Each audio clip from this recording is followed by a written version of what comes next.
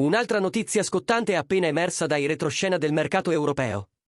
E questa volta riguarda un grande nome che potrebbe dare una scossa al futuro dell'attacco del Napoli. Lasciate un like, iscrivetevi al canale e attivate la campanella.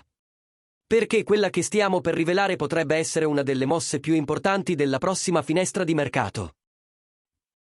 Secondo il giornalista specializzato Daniele Longo, il Napoli è pronto a riaccendere la trattativa per Alejandro Garnacho, giovane stella del Manchester United che era già stato un obiettivo del club azzurro a gennaio.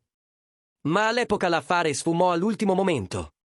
All'epoca, Garnacho era considerato il sostituto ideale di Kvaratskhelia, in procinto di essere ceduto.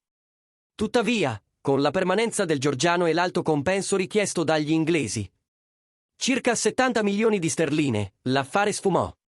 Ma ora lo scenario è ben diverso.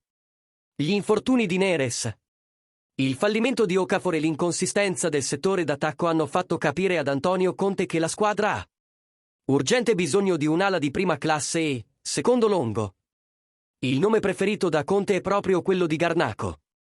L'allenatore aveva già dato priorità all'argentino all'inizio dell'anno e non era contento di vederlo fuori dai giochi.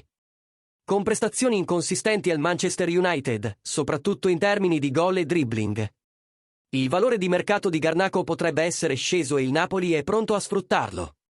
Molti giocatori che hanno lasciato lo United negli ultimi anni sono rinati in altri club e la dirigenza azzurra crede che l'argentino possa fare lo stesso sotto Conte.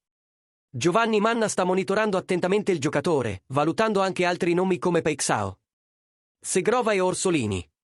Ma nel taccuino dell'allenatore la priorità è chiara, Garnacho o niente. E ora la palla passa a voi, tifosi del Napoli, vorreste vedere Garnacho in maglia azzurra nella prossima stagione? Pensate che sia il giocatore giusto per riempire il vuoto lasciato da Kvaratskhelia? O il club dovrebbe puntare su nomi più affermati? Commentate qui sotto, la vostra opinione potrebbe contribuire a dare forma alla nuova era d'attacco del Napoli.